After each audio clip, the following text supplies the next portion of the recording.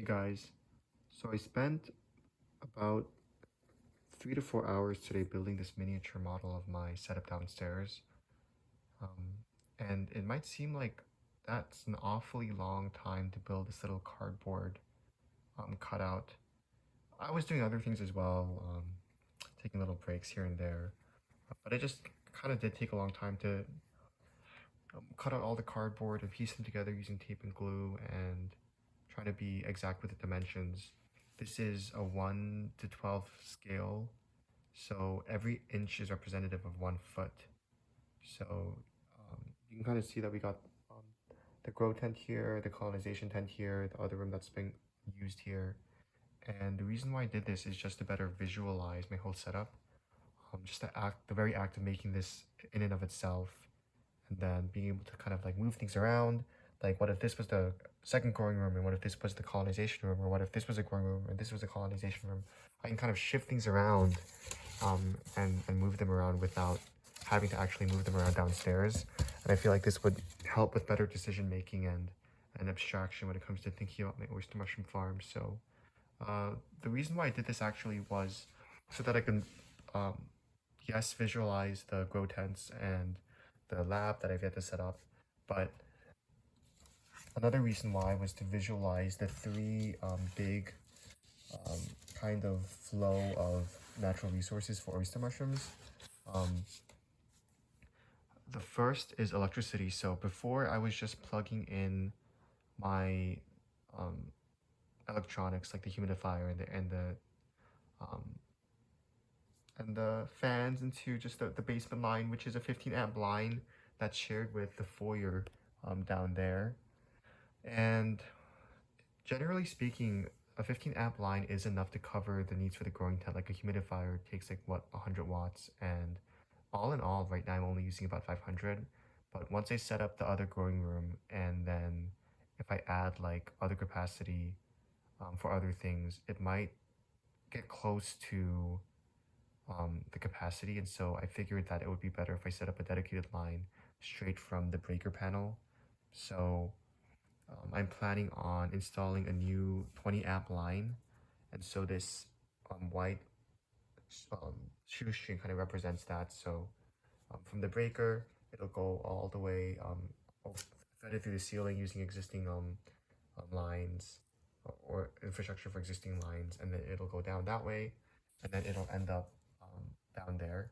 And so most likely I'm going to convert the current colonization room on the left into a grow tent as well. So both grow tents, which are the most energy intensive part of maintaining an oyster mushroom farm, will be directly fed through the 20 amp line. And then I was thinking, just in case there's like an electricity outage, I'll loop it through some sort of like battery, so that if, well, like emergency battery, so that if the electricity turns off, then it'll be able to run for like an hour or two without, um, you know, just shutting down.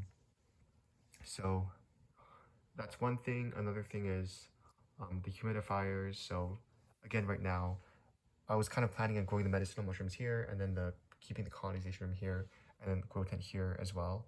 But I realized that it would be better to put both the grow tents next to each other side by side, because I want to be able to feed in the humidifiers um, automatically, because uh, it takes a lot of um, water to constantly keep the humidity at like 80-90% the whole day. So right now I've been manually refilling the humidifier twice a day, and yeah, I mean it's not that much work. But then if I get another humidifier, it'll be like, you know, 4 times a day, and I figured that I could just install some sort of automatic refilling system so that it does it on its own. So most likely what I'm gonna do is um, I'm gonna install like extend not the copper. I'm gonna extend the copper piping, which is like around here near the ceiling, and um, thread it all the way down this way. And sorry, I'm kind of slow right now. It's like 2 in the morning because I spent so many hours doing this. And then this is gonna go down. So the reason why there's no string is because it just goes straight down, and it separates into two for both the humidifiers. and then I'll install like that floating, what's it called again, the floating valve or floating something, so that when the water drops below a certain point, it just automatically refills. So I think the electric stuff and the water stuff are fairly easy to implement. I just have to, watch a few YouTube videos, make sure I get the right equipment, and then all of that can probably be installed for like less than, no, less than $100 for both. I can just get little kits off Amazon or go to Home Depot. The slightly harder thing that I wanted to do is right now, in light of like what happened last week, I wanted to be a little bit more careful about sport control. So right now, what I'm doing is I haven't set up the setup for the air vent and stuff. I'm gonna make a miniature model of the airflow stuff and filter stuff in here as well. But essentially, right now I have like an intake for air because there's a window right here from right here. So the fresh air comes in this way, and then the inline fan is on the opposite side. So on the diagonal, on the spot diagonal to it, um, and then this feeds through like the MERV 13 filter, and then the out exhaust is like the output is like over here, and then I have like a HEPA filter here that cleans up any of the spores that weren't cleaned up by the MERV 13 filter. So the MERV 13 is supposed to filter like 90% of the spores, but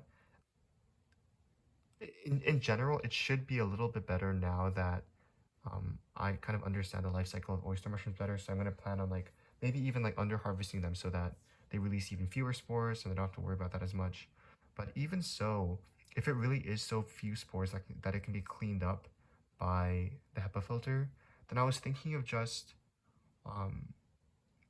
making the exhaust go out the window and then extend the pipe like 10 feet up so that it disperses not on like the walkway where residents are walking right outside the townhouses, but it disperses up into the air and it kind of floats away. And if between the MERV filter capturing 90% of the 90% of the spores and the rest of it, and then the spores being dramatically reduced anyway because of better harvesting timing, I think that I can just output the rest out onto the sidewalk. And it's better that it goes outside where it can be dispersed more easily, more so than being filtered back into the house, even if I have like the medical grade HEPA filter. So I'm glad that I was kind of able to brainstorm these things before I scaled up because yeah, if I were to have to think of these things after I started scaling up, then it'd be a lot more difficult because I'd be like taking care of the oyster mushrooms and worrying about like selling them and whatnot. So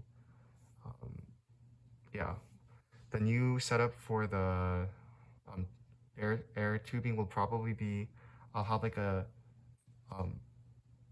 intake vent right next to the window, so that'll like maybe it'll even like go outside. I'll have to figure out a way to like make it go through the window. So I don't know how I'm gonna do that, but I'm sure that there's a way. So I'm gonna pump in fresh air, or not pump in fresh air, just have a conduit for fresh air that goes out and comes in probably on this side because the the inline fan is supposed to be placed diagonal. So right now the intake is here because the window's here, and then it's pumping the air out over here. But then because I want the pumped out air to go outside, I'll probably get like the vent tubing and then pull the fresh air this way and then down to this corner down here. And then so the fresh air will come in this way and then I'll pump it out this way. And then I'll get some sort of tubing that lets it go out through the window this way. So that'll create like a nice setup here. And then that way I can put the humidifier on this side as well because they say that you want to put the humidifier on the opposite side of the inline fan so that it kind of pulls the humidity across instead of having it on the same side, which might cause the far side of the room to be less humid. So that'll take care of the one on the right. I'll set up like the miniature version of that soon. And then the one on the left, I'll have probably another like intake for air, or maybe I'll just like have one that splits into two, but maybe too much fresh oxygen will go into here. So maybe I'll just have two separate ones, and then it'll go into this grow tent on this side, somewhere in the corner here, and then same gig. Humidifier will be on this side, so maybe slightly less optimal, but it'll be good because I can feed them both from the same pipe that's coming down from the copper piping here, and then the exhaust will be here. And so I'll probably pump that air over this tent through another MERV filter and then out um, through the window. So I feel like once I can set those three things up, hopefully by the end of this week or by mid next week, I should be really ready to focus on um, the actual growing process, so I can kind of ramp that up now that I have a good understanding of oyster mushroom growth and lion's mane growth and whatnot. And then once I've fixed the infrastructure, ramped up production, I can really start focusing on the lab work and sterilization and cleaning. So kind of refining everything and going deeper into the production side, and hopefully like a month after that I'll be able to have a reliable source of oyster mushrooms and start selling. But yeah, it's kind of late, so that's about it. I am going to keep upgrading this miniature model, so it'll be like a fun miniature model video every other week or something. Yeah, that's it.